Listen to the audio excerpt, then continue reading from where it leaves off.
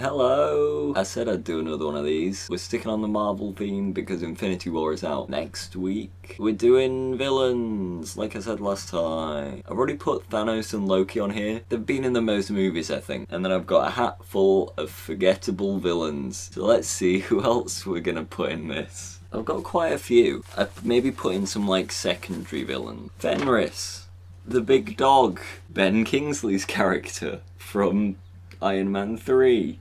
I'll let you know, I do have the Marvel Cinematic Universe wiki open so I can look up people's names because, as you've just seen, I put down some people just by their actors' names because who cares? Crossbones. Remember that guy?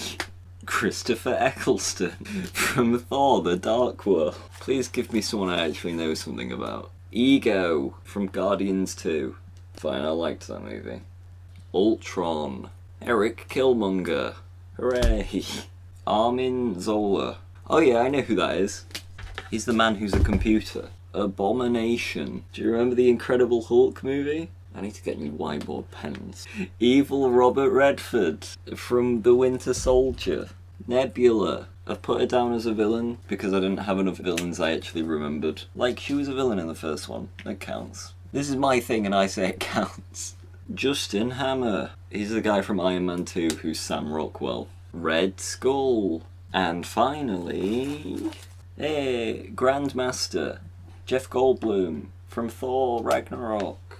A few of my categories, they might not apply to everyone, so we might have to go through each round maybe a couple of times to dump people. The first round, everyone who's a colour swapped version of the hero is out. Thanos versus Fenris, like, it don't apply to them. Ben Kingsley versus Crossbones. I'd say Crossbones is kind of Captain America in the way he's portrayed in these movies. So Ben Kingsley wins. Also doesn't apply to Christopher Eccleston versus Ego. Ultron versus Killmonger. Killmonger kinda, when he's wearing the Black Panther suit, he is just a colour swapped Black Panther. He's out. Loki versus Armin Zola. Nope, neither of them. But Abomination versus Evil Robert Redford. Abomination is just Yellow Hulk. So he's gone. Nebula versus Justin Hammer. I'm gonna rule that Hammer is just Tony Stark, but an idiot. Do you remember him in the film? He wants to make Iron Man suits, but he's garbage. He's kinda Iron Man, but an idiot. And it doesn't apply to Red Skull versus Jeff Goldblum.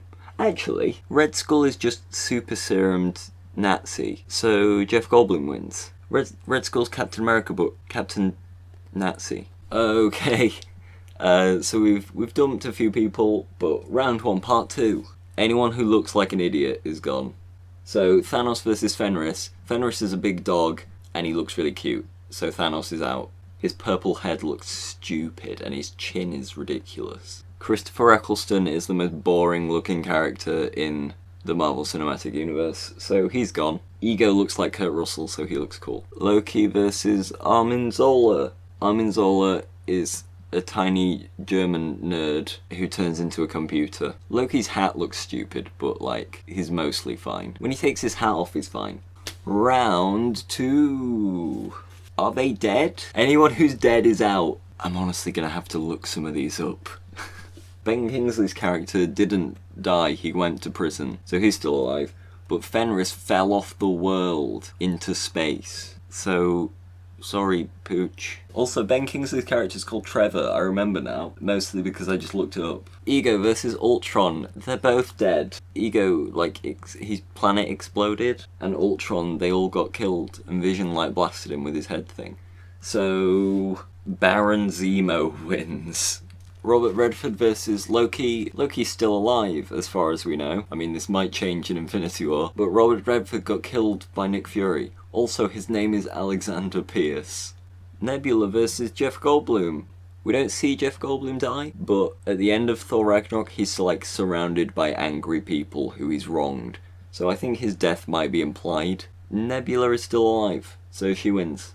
The semi-finals, the category is... who has the most tragic backstory? So, I've just looked it up. Trevor Slattery Ben Kingsley's character. His mum died while he was away trying to be an actor. He got a drug addiction, but that's it for tragic backstory. Zemo, his whole family died in Sokovia, and that's why he's a bad guy, so he wins.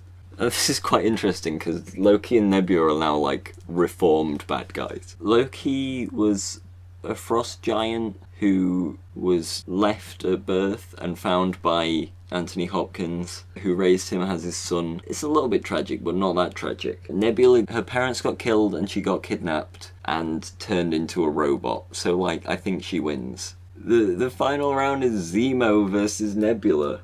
I don't want either of these to win. The category for the final is Best Evil Plan.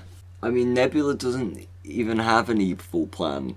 She's just doing what Thanos says when she's being evil. Her plan is to, like, kill Gamora for not being a good sister. Although Zemo's evil plan is stupid. His plan is to psychologically manipulate the Avengers to fight each other. And, like, it kind of works. He wins, I guess. I'm, like, not happy with this at all. Does anyone even remember that his name was Zemo? Do they say that in the film? He's the guy from Civil War, in case I didn't explain that. He's the one who's, like, making them fight each other. What an absolute mare. So the best villain is just, like, some guy. That's it for this one. Maybe you could have come up with some better tests to decide the best villain. If you got any different opinions, let me know. Do you think Loki's backstory is more tragic than Nebula? It's, like, pretty tragic. I still had a good time. Oh, I just blew all the bits of paper everywhere. Yeah, this is like it's a good format. Maybe I'll do this another time. I'm having fun. See you later. Goodbye.